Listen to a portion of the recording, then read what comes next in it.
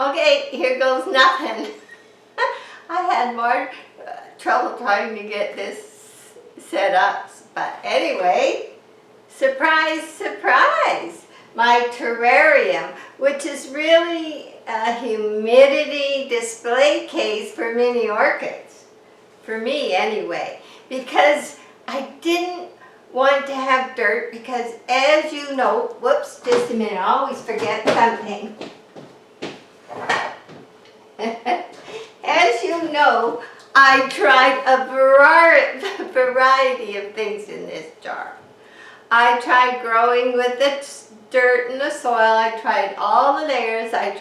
Always ran into trouble. And it was not until I decided to forget about planting things in there, to use it like a humidity room. Because our main problem here is our humidity in the house is seldom over 40, and watering day goes up a little bit, and this is a summer-winter problem here, and so the orchids do fine, because I like them with me in this room, and I didn't want a room I had to go to. I wanted to, the kitchen where I am all the time is where I wanted to feel like I was in an orchid forest. So anyway, we got our terrarium finished, and it is, whoops, oh, first, I know everybody's going to ask, you see this knife? Never, now, I've had this knife for years, and I have a little weeding bucket, and when I go around and weed, I dig and I pull, and I always use this, and I never hurt myself. But the other day I planted the garden, because I like to plant the garden before the end of May.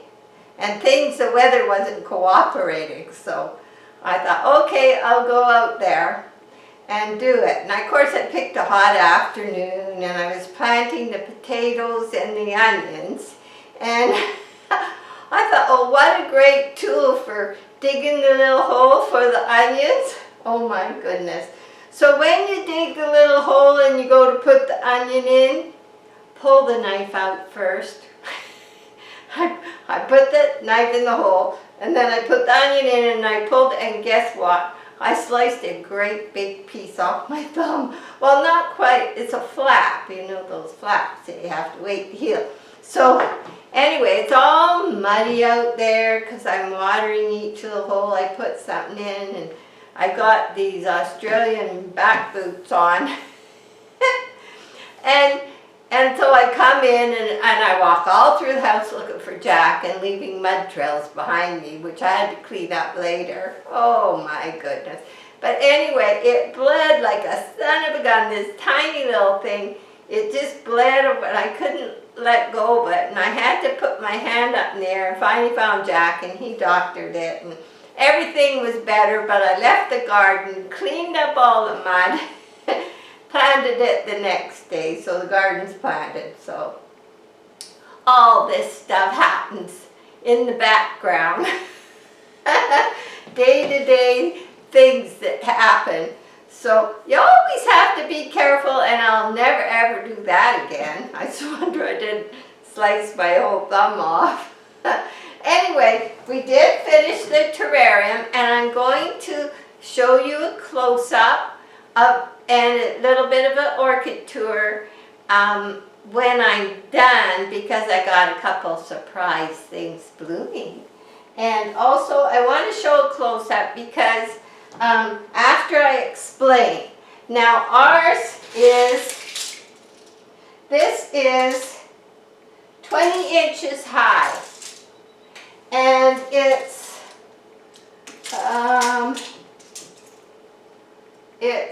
about 12 and a half inches deep. So it's not real big, but it's big enough because I had everything in that jar. And the problem with the jar, after I found everything was rooting and doing good, with just in the bottom is glass beads. And because this was bigger, I needed a few more glass beads. So I put some lava rock, which I had washed and I was using on a fountain on the patio last summer. So I put that, and the sort of display thing in the center is because I took the Chinese fountain apart that was always noisy. Jack didn't like listening to it. And from the rocks and things, I put the other display just to get some height in there. So you'll see that. And everything that was in the jar is in here. And so I'm sure they're going to do well. I popped the humidity gauge from this window and it was saying 40. And I put it in here yesterday and it popped right up to 67 or something within a few minutes. So it's nice. And when I want air, because this has no hole on the top, so there's no way for air, but all I have to do, and you see my handle is a marble handle, I'll show you that. Jack put it, he said, what do you want for handle? And I said, how about a marble? No, nothing like being difficult. So he drilled a little concave in the glass so it would fit the marble. And on this side, he put a bit of silicone so that when the door is open, it will stay wherever it opens to. But one thing I will say, it is much nicer to have a door and reach in than to have reach down. To me, it seems better, but so this will fit right like that, and it's all ready to show you when we do that. Now, of course, after the fact, we built one. Somehow online, I came across PetSmart had a Hexagon 20-gallon terrarium, and it's glued on the bottom, but not everywhere else. Well, only place you have to hold water on this is in the bottom. So, and I think you have to put it together too. But for $104.99 they have one, and it is a 20-gallon. And I'm going to put the link to a video of a guy opening one and what he thinks of it. And I'm also going to put a link to the ad if I can do that. So it's with PetSmart, and it's called Thrive Tropical Hexagon Terrarium, if you want to look it up before I get that far. So it's 19 inches long, 16 inches wide, and 22 inches high. So 22 inches high will be, oh no, yeah, 22 inches. Well, anyways, 20 gallon, but it's 19. It's a little wider, so we're close to the height, but much wider because it's 20 gallon, and you'll see the difference on the video. So anyway, I want to show you that, and everything went really well. So basically, it's just a humidity chamber. It's so that I can put these.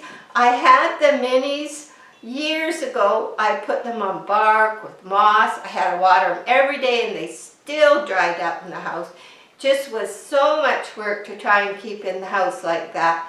I've tried everything, and this seems good. I don't have to take them out on watering day. I can mist them with whatever I want to mist them with. If I want to add just some water with a little bit of seaweed extract one day, berry week, or whatever I choose to mix very weakly, I can mist. But we'll see over time how it does. I'm very happy with it. It's got a nice light on the back that I turn on at night, and I have it on right now, so they get lots of light, which I think they never got a lot of light before. So I'm going to show you a close-up of that, and I want to show you what's blooming, and I put the dendrobiums out on the patio, so they're out there. They can take a little bit cooler nights because summer's just taking its time here this year, and it's been we're pouring rain on the coast, but we get kind of rain off and on. So anyway, I am going to take you for a video and a close-up of this. So. Okay, just get this out of here.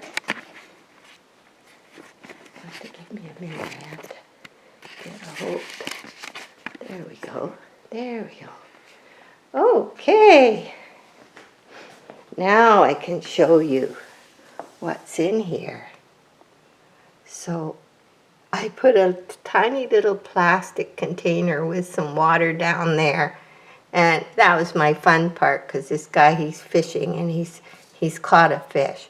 And the maidenhead fern I had is in the back. It's just in the pot it was in. It's just a little pot actually with a bark. So we're going to see how it does. It's not getting any extra care. So there was one little slipper orchid down here that was just about dead. But it has one little leaf coming. And I have all the Catalia seagull crawfish pie is at the top. And Horella reticula is squished right in here. And over on the side, I have Phalanaceratæ. So they do have a lot of good root growth coming. They did so well in the jar, and I think with the extra airspace, they're going to do even better in here. It's kind of fun, and it's very pretty to look at.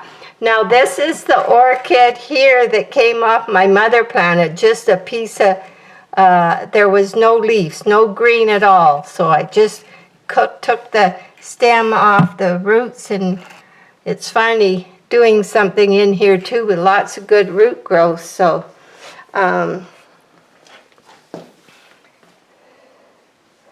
so now it's somewhere we sit here, we can enjoy all the time. And any questions, don't be afraid to email me. And this orchid here, one of my older orchids, is just still beautiful. A lovely waterfall of white orchids. And it has lots of leaves. It was watering day today, so they got water. And most of the others flowered over the winter and are through now. Now this is the one orchid that was new on September 3rd, 2021. And I see roots, good growth on roots. There's another one under here and a new leaf. Very happy to see that new leaf. It did take a bit of a shock, but I think it's going to be okay. That one will take longer to recover, but since I did the 3-day soak in bark, now we'll go over to this one. 3 days soak in bark with seaweed extract and watering twice a week has done wonders. It has not lost any buds. It has not lost any flowers. And it is getting lots of new growth here. Lots of roots coming down in here. So I'm quite happy. And the leaves are still firm. Now if they had started to limp, I would have cut the flower off, but they seem happy, so I've still left everything intact. So, and over in here is Phal Mini Martin. She likes lots of sun, and she has some good root growth and a new leaf coming. And we got some good root growth coming here. So this is kind of where I play my piano, so it's kind of cozy. And over in this window, look, Miltoniopsis, Breathless Brilliant, is in bloom. Just one almost opening and another one ready to open. So I'm very pleased with that. And this is Alphinia, and she is spiking. And down here, Valsogo Vivian, she is spiking flowers on the old spike, and also a branch and lots of flowers coming. Valsogo Vivian.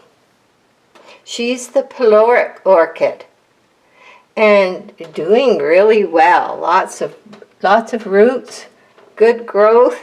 So, and Sheriana, let me show you.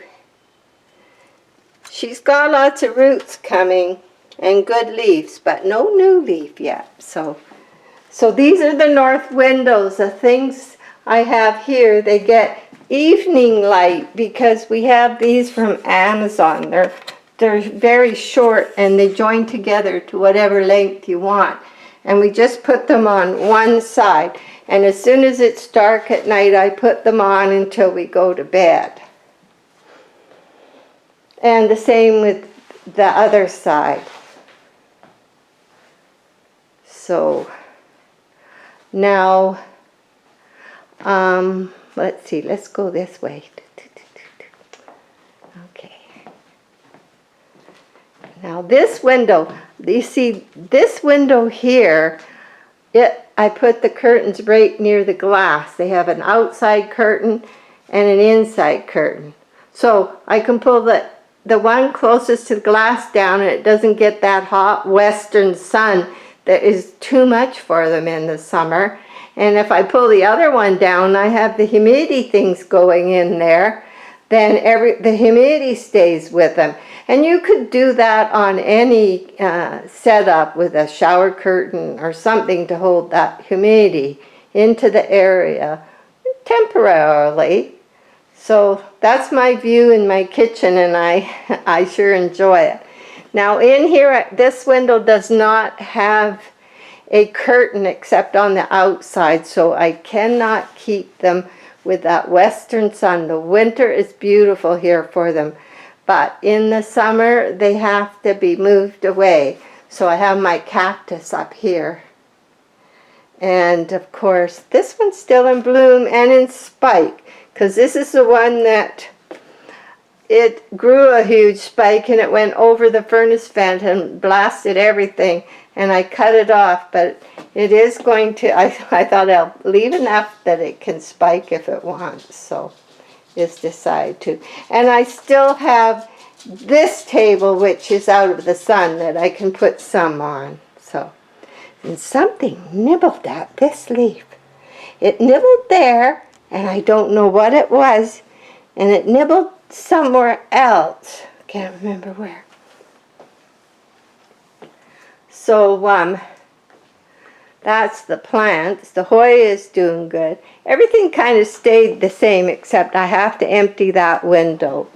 And pretty soon I have to do something with this poor thing. It gets ignored all the time. So dump it out and do something. It gets tap water. It gets everything it's not supposed to get. It gets all my plants get leftover orchid watering day. So now I'll show you where the dendrobiums are. I was out here kind of getting everything ready. And then Jack, he picked up this owl he liked for a couple of dollars at a garage sale. And he says, it needs painted, Carolyn. So he took the eyes out, and we're going to paint it gold to match the wagon and the chicken wire lady in the front. And he'll go there, and he's got a solar light in him. So we play. So this is where I took the lava rocks from for inside, because they're well washed. They're well washed because otherwise if you don't, a lot of mess comes off of them. So I didn't want that to happen. And over here, This is where I have the dendrobiums. They'll stay here all summer now. They get lots of sun and they can take it. And they get a little cooler night, so I can't put the other orchids out till June. So that's it for today. And thanks for joining me. And if you have any questions, do not be afraid to email me. I'd be glad to help you out. Bye for now.